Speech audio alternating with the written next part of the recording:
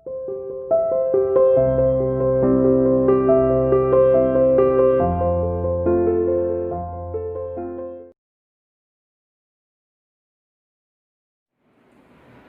Students, how are you? CR international online classes में welcome.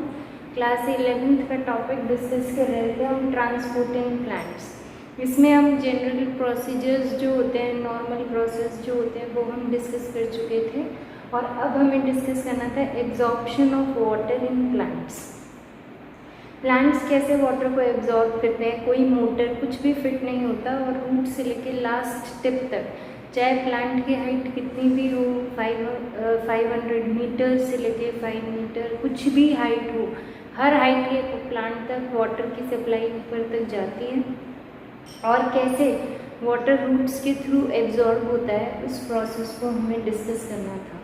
तो इस प्रोसेस को डिस्कस करने से पहले सबसे पहले हमें पता होना चाहिए सिग्निफिकेंस क्या है वाटर की प्लांट्स में। तो आपको बता दें 75 से 80% जो प्लांट सेल है वो वाटर की बनी होती है, और एक्वेटिक प्लांट्स के अंदर तो 95% plant body is made up of water. इतना ज़्यादा अमाउंट ऑफ वाटर प्रेजेंट होता है। ठीक है, नेक्स्ट जो भी आपकी मेटाबॉलिक एक्टिविटीज़ होती हैं, for example opening and closing of stomata, next plant movement, turgidity of cell, all these activities are dependent on the concentration of water present in the plant cell. ठीक है, stomata opening and closing की जो activity है that is also dependent on water transpiration. All these methods are related with water. उसके बाद अगर हम बात करें तो सबसे इम्पॉर्टेंट प्रोसेस जो है सीड जर्मिनेशन। सीड जर्मिनेशन जो प्रोसेस है that is completely dependent on absorption of water. सबसे पहले एब्जॉर्प्शन होता है, उसके बाद एब्जॉर्प्शन ऑफ वाटर होता है। तो सिग्निफिकेंस आप समझ सकते हैं कि water is how much important for plant cell और प्लांट बॉडी। क्लियर? उसके बाद हमें डिस्कस करना है forms of water. Different forms of water कैसे कौन कौन से होते हैं और किस तरीके से कौन सा वाटर जो है वो प्लांट के लिए यूज़फुल हो। तो सबसे पहले बात करते हैं ग्रेविटेशनल वाटर की।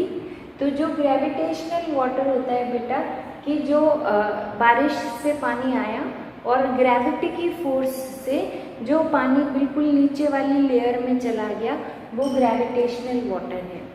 जो प्लांट्स की डीप रूट्स नहीं हो पाती हैं, उन प्लांट्स के अंदर ग्रेविटेशनल वाटर का कोई रोल प्ले नहीं होता। यानी मोस्ट ऑफ द प्लांट्स, चाहे मीजोफाइट्स हों, चाहे आपके और कोई प्लांट्स हों, उनके अंदर ग्रेविटेशनल वाटर कोई रोल प्ले नहीं करता। पर कुछ जीरोफिटिक प्लांट्स जिनकी टैप रूट बहुत ज़्यादा इलॉन्गेटेड होती है और जो डेजर्ट एरिया में प्रेजेंट होते हैं, उनके अंदर ग्रेविटेशनल वाटर अपने अवेलेबिलिटी दे सकता है या उसको अवेलेबल कर सकते हैं plant. For example Calotropis, Calotropis के अंदर ग्रेविटेशनल वाटर अवेलेबल हो जाता है because of scarcity of water in other layers of soil. उसके बाद बात करें हाइग्रोस्कोपिक वाटर। तो हाइग्रोस्कोपिक वाटर की अगर हम बात करें तो हाइग्रोस्कोपिक वाटर क्या होता है कि कोई भी पार्टिकल जो सॉइल में प्रेजेंट है उसके चारों तरफ बहुत टाइटली अटैच हो जाता है, वो वाटर हाइग्रोस्कोपिक वाटर होता है। जो किसी भी मॉलिक्यूल के टाइटली सरफेस पे अटैच हो जाए, इसको हम एब्जॉर्ब नहीं कर पाते हैं। तो हाइग्रोस्कोपिक वाटर जो है वो भी प्लांट के लिए अवेलेबल नहीं हो पाता है। ठीक है, उसके बाद आता है chemically combined water. Chemically combined water मतलब आपको पता है कि सॉइल के अंदर बहुत सारे मिनरल आयंस प्रेजेंट होते हैं, और जो वाटर इन मिनरल और आयंस के साथ जाके कंबाइंड हो जाता है वो केमिकली कंबाइंड वाटर होता है। केमिकली कंबाइंड वाटर जो है वो भी प्लांट्स के रूट्स के लिए अवेलेबल नहीं हो पाता है। उसके बाद आता है बेटा कैपिलरी वाटर। कैपिलरी वाटर क्या होता है कि सॉइल पार्टिकल्स के बीच में कुछ स्पेस बच जाती है, उस स्पेस के अंदर वाटर मॉलिक्यूल्स जाकर फिक्स हो जाते हैं। उस स्पेस के अंदर जब वाटर मॉलिक्यूल्स जाके फिक्स हो जाते हैं, इस वाटर को हम कैपिलरी वाटर कहते हैं। आपके जो सॉइल पार्टिकल्स हैं, मान लीजिए ये सॉइल पार्टिकल्स हैं और आपके इसके अंदर जो भी स्पेस या होल दिखाई दे रहा है, इसके अंदर जाके वाटर प्रेजेंट हो जाएगा। उस वाटर को प्लांट अवेलेबल कर सकते हैं, वो प्लांट रूट्स के लिए वो वाटर अवेलेबल होता है। यानी कि इन सारे टाइप्स ऑफ वाटर में से सिर्फ कैपिलरी वाटर है जो प्लांट्स के लिए इजीली अवेलेबल होता है। ठीक है, इसी के ध्यान में रखते हुए कुछ टर्म्स दी गई, होलार्ड, क्रीसार्ड और इकार्ड। होलार्ड मतलब total amount of water present in soil, जो सॉइल के अंदर total amount of water present होता है उसे हम होलार्ड कहते हैं। उसमें से क्रीसार्ड क्या है? क्रीसार्ड है water available for the plants, जो प्लांट्स के लिए वाटर अवेलेबल है वो क्रीसार्ड होता है, और जो वाटर अवेलेबल नहीं है वो इकार्ड होता है। तो क्रीसार्ड और इकार्ड दोनों मिलकर होलार्ड बनाते हैं। Holard is the total amount of water present in soil, chresard is the water which is available for plants in the soil, and इकार्ड is the water which is not available in the soil।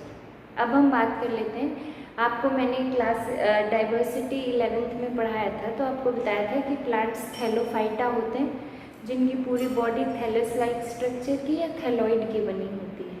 तो जो plants Thallophyta होते हैं या thalloid होते हैं उनकी body में water absorption हर जगह से, पूरी जनरल बॉडी सरफेस के कोई स्पेसिफिक पार्ट नहीं होता कि जहाँ से वाटर एब्जॉर्ब करेंगे, पूरे बॉडी जनरल बॉडी सरफेस से वाटर एब्जॉर्प्शन हो सकती है। फिर जो ब्रायोफाइटा होते हैं उनके अंदर राइजोइड्स प्रेजेंट होते हैं, root hair like structure which are not completely roots but appears to be root or perform similar functions to the root, root के जैसे ही सिमिलर फंक्शन परफॉर्म करते हैं। तो राइजोइड के थ्रू एब्जॉर्प्शन होता है ब्रायोफाइटा में, और टेरिडोफाइटा और स्पर्मेटोफाइटा में आते आते आपकी बॉडी पूरी अच्छे से डिफ्रेंशिएटेड होती है रूट, स्टेम और लीव्स में। तो स्पर्मेटोफाइटा और टेरिडोफाइटा में रूट्स के थ्रू एब्जॉर्प्शन होता है। उसके बाद हमने रूट्स को भी फर्दर डिवाइड किया है मैचुरेशन जोन में, रूट हेयर जोन में, मेरिस्टेमेटिक जोन्स में, और इनसे स्पेसिफिक रीजन से ही वाटर एब्जॉर्प्शन हो सकती है। तो इसके बारे में डिस्कशन हम करेंगे नेक्स्ट क्लास में। उसमें हम रूट हेयर्स और रूट का स्ट्रक्चर स्टडी करेंगे और path of water absorption study करेंगे। Thank you.